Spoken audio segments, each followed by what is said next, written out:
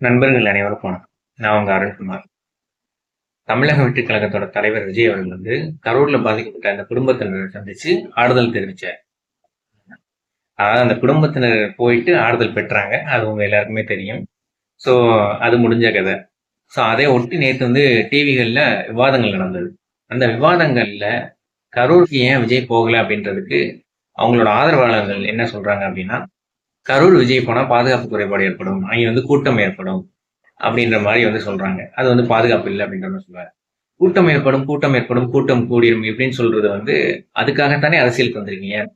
அரசியல்ல கூட்டமா கூடி அவங்க எல்லாரும் சேர்ந்து ஓட்டு போட்டா தானே நீங்க ஜெயிக்க முடியும், எம்எல்ஏ ஆக முடியும், எம்பி ஆக முடியும், அமைச்சராக முடியும், முதலமைச்சராக முடியும்.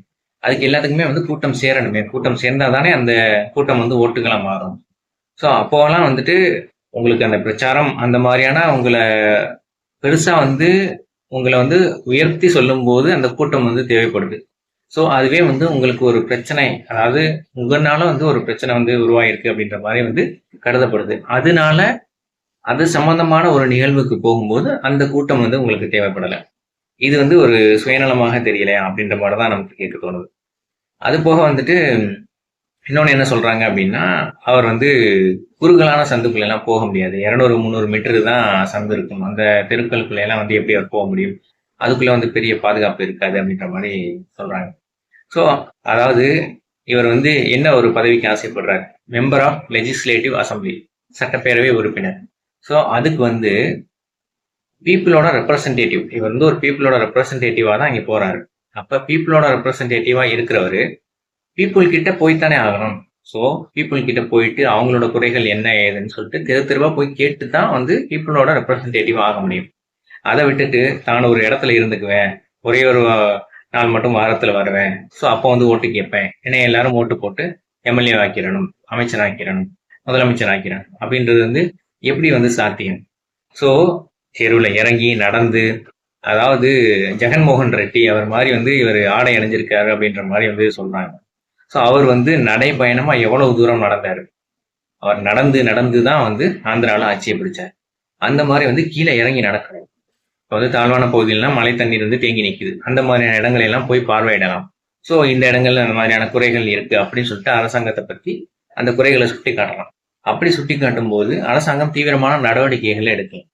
இந்த மாதிரியான ஆக்கப்பூர்வமான ஒரு அரசியல்ல அவர் ஈடுபடுறாரா? அதை விட்டுட்டு அங்கே பனையூர்ல இருந்துகிட்டே அரசியல் அறிக்கைகளை மட்டும் விட்டுட்டு இருக்காரு.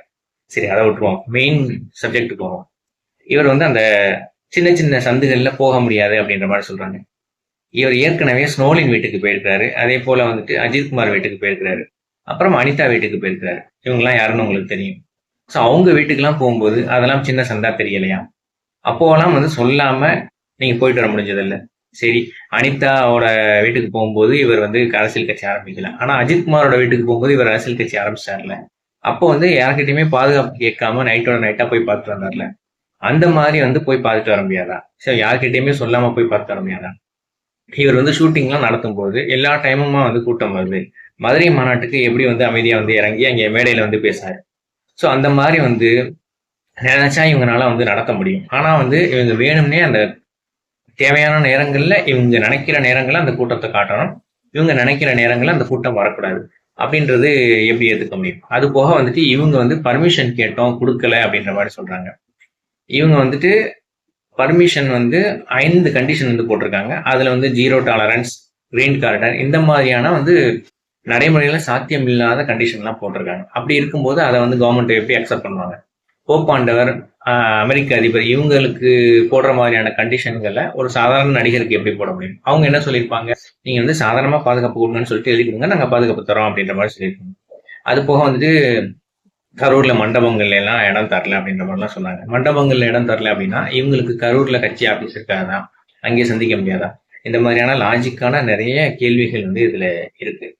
ஸோ சந்திக்கணும்னு நினைச்சா எப்படி வேணாலும் சந்திச்சிருக்கலாம். ஆனா இவங்களுக்கு அங்கே போறதுக்கு பயம். ஏன் பயம் அப்படின்னா, மக்கள் கேள்வி கேட்பாங்களோ அப்படின்னு பயம். கூட்டத்தினால பயம் கிடையாது. ஏன்னா அந்த சுத்தி இருக்கிற மக்கள், அதனாலதான் சுத்தி இருக்கிற மக்கள் யாருமே என்னை வரக்கூடாது அப்படின்ற மாதிரியான ஒரு கண்டிஷன் இவர் கொடுத்த அந்த 5 கண்டிஷன்ல போட்டிருந்தாரு அப்படின்ற மாதிரி நான் நினைக்கிறேன். ஏன்னா சுத்தி இருக்கிற மக்கள் யாராவது இவர் ஒரு கேள்வி கேட்டுட்டாங்க அப்படின்னா அது இவருக்கு ஒரு இமேஜை டேமேஜ் பண்ணிடும். அது வந்து பின்னாடி அரசியலில் வெற்றி பெற்றாலும் இல்லை அரசியலில் தோல்வியுற்றாலும் அடுத்து வந்து சினிமாவோட அந்த ஒரு கேரியர்ன்றது இன்னும் இருக்கு. அது இன்னும் வந்து முழுமையா நான் வந்து சினிமாவை விட்டு வெளியே வர்றேன் அப்படின்ற மாதிரியான ஒரு உறுதிப்படுத்தப்பட்ட தகவல் கிடையாது.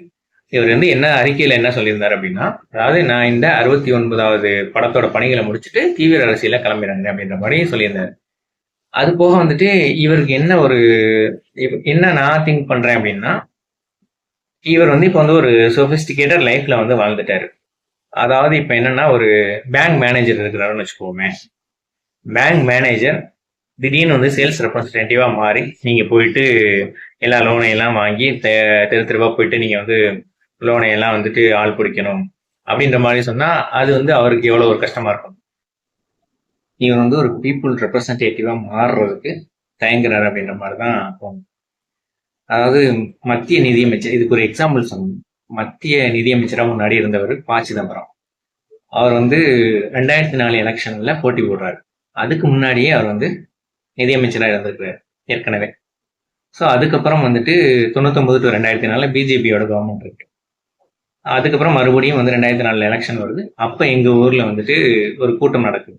அந்த கூட்டத்துக்கு வராரு ப. சிதம்பரம், அதாவது முன்னாள் நிதியமைச்சர். எலெக்ஷனுக்காக வந்து ஓட்டு கேட்க வர்றாரு. ஓட்டு கேட்க வர்றவர் வந்துட்டு எனக்கு ஓட்டே கிடையாது. அப்போ வந்து எனக்கு ஒரு 14 வயசு. ஸோ அந்த சமயத்துல வந்துட்டு என்கிட்ட வந்து கையை கொடுத்து இந்த மாதிரி வந்து ஓட்டு கேட்கிறாரு. ஸோ அங்கே உள்ள எல்லாரையும் வந்து தெரு தெருவா போயிட்டு சந்திச்சு ஓட்டு கேட்கிறாரு. அப்படி வந்து மக்கள் கிட்ட போயிட்டு ஒரு நிதியமைச்சரா, இந்தியாவுக்கு நிதியமைச்சரா இருந்த ஒருத்தவர் மறுபடியும் வந்து தெருவில் இறங்கி மக்கள் கிட்ட ஓட்டு கேட்கிறாரு. அப்படி இருக்கும்போது இன்னும் வந்து ஒரு வார்டு கவுன்சிலர் கூட அந்த கட்சியிலேருந்து யாரும் இன்னும் ஆகலை. அப்படி இருக்கும்போது அவங்க வந்துட்டு தெருவில் இறங்கி நடக்கிறதுக்கு என்ன ஒரு தயக்கம் அப்படின்றது தெரியல.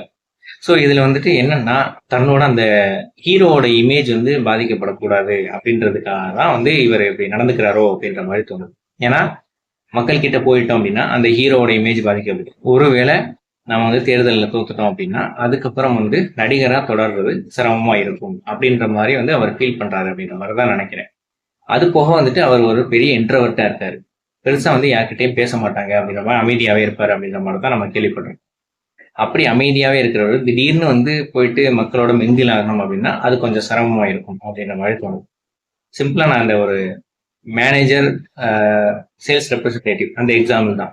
ஒரு சேல்ஸ் ரெப்ரஸன்டேட்டிவா ஒரு மார்க்கெட்டிங்ல ரொம்ப நாளா தொடர்ந்து இருந்தவங்க அதுக்கப்புறம் ஒரே ஒரு இடத்துல மட்டும் அமைதியா உட்கார்றது அப்படின்றது கொஞ்சம் சிரமமா இருக்கும்.